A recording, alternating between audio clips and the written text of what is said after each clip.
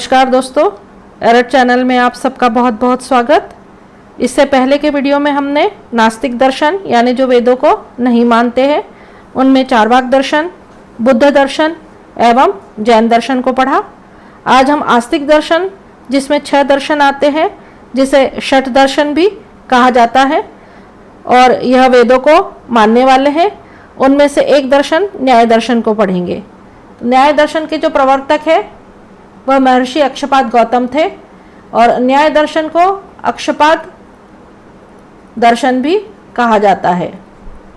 अक्षपाद का जो अर्थ है वह है जिसके पैरों में आँख हो,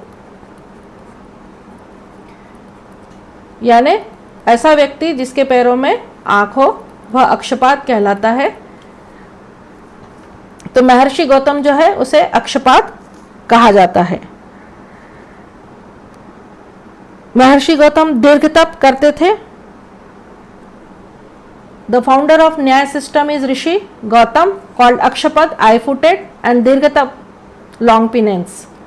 तो न्याय दर्शन के अन्य नाम भी है, जिसमें है हेतु विद्या यानी साइंस ऑफ कॉजेस, दूसरा है वाद विद्या साइंस ऑफ डिबेट, तीसरा है आन्वीक्षिकी यानी साइंस ऑफ क्रिटिकल स्टडी, चौथा है तर्कशास्त्र यानी लॉजिक और पांचवा है प्रमाण शास्त्र यानी एपिस्टीमोलॉजी।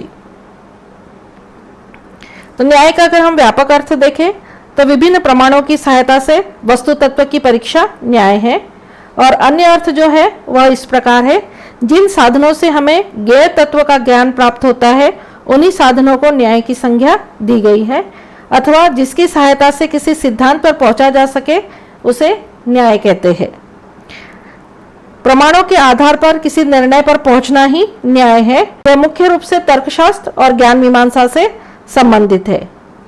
न्याय सूत्र के बाद न्याय भाष्य के अनेक ग्रंथ लिखे गए, जैसे वात्स्यायन का न्याय भाष्य या मलंग का न्याय भाष्य। वात्स्यायन ने न्याय को समस्त विद्याओं का प्रदीप कहा है।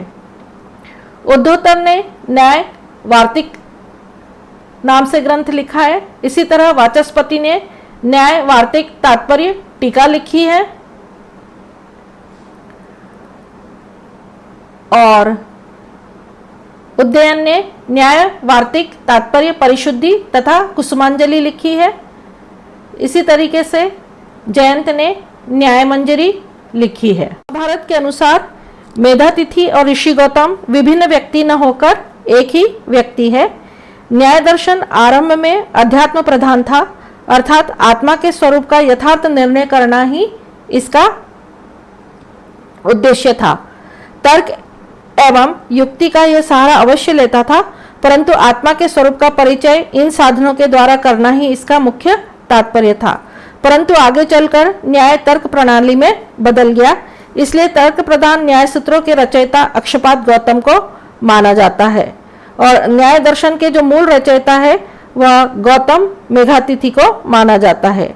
इसका उदाहरण इस तरह से दिया गया है कि आयुर्वेद का प्रख्यात जो ग्रंथ है चरक संहिता भी इसी तरह के मूल ग्रंथ के प्रणेता उसके महर्षि अग्निवेश है, परंतु इसके प्रतिसंस्कर्ता चरक माने जाते हैं।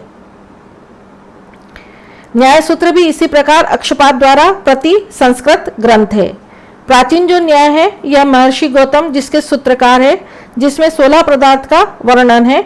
इसका मुख्य विषय पदार्थ मीमांसा है। तो संपूर्ण जो न्याय दर्शन है वह 4 खंडों में विभाजित है। प्रथम जो खंड है वह प्रमाण संबंधी है यानी थियोरी ऑफ नॉलेज। द्वितीय खंड में भौतिक जगत संबंधी है यानी थियोरी ऑफ फिजिकल वर्ल्ड। तीसरे में आत्मा संबंधी तो थियोरी ऑफ इंडिविजुअल सेल्फ, और चौथे में ईश्वर संबंधी विचार है थियोरी ऑफ गॉड।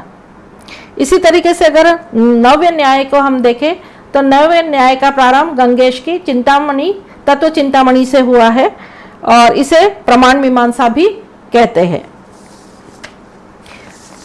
नव्य जो न्याय है यह भारतीय दर्शन का एक संप्रदाय है जो मिथिला के दार्शनिक गंगेश उपाध्याय द्वारा 13वीं शती में प्रतिपादित किया गया।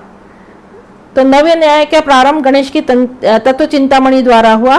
यह एक प्रसिद्ध ग्रंथ है। तत्व चिंतामणि के पश्चात जितने भी न्याय ग्रंथ लिखे गए वे सब नव्य न्याय के नाम से प्रख्यात है।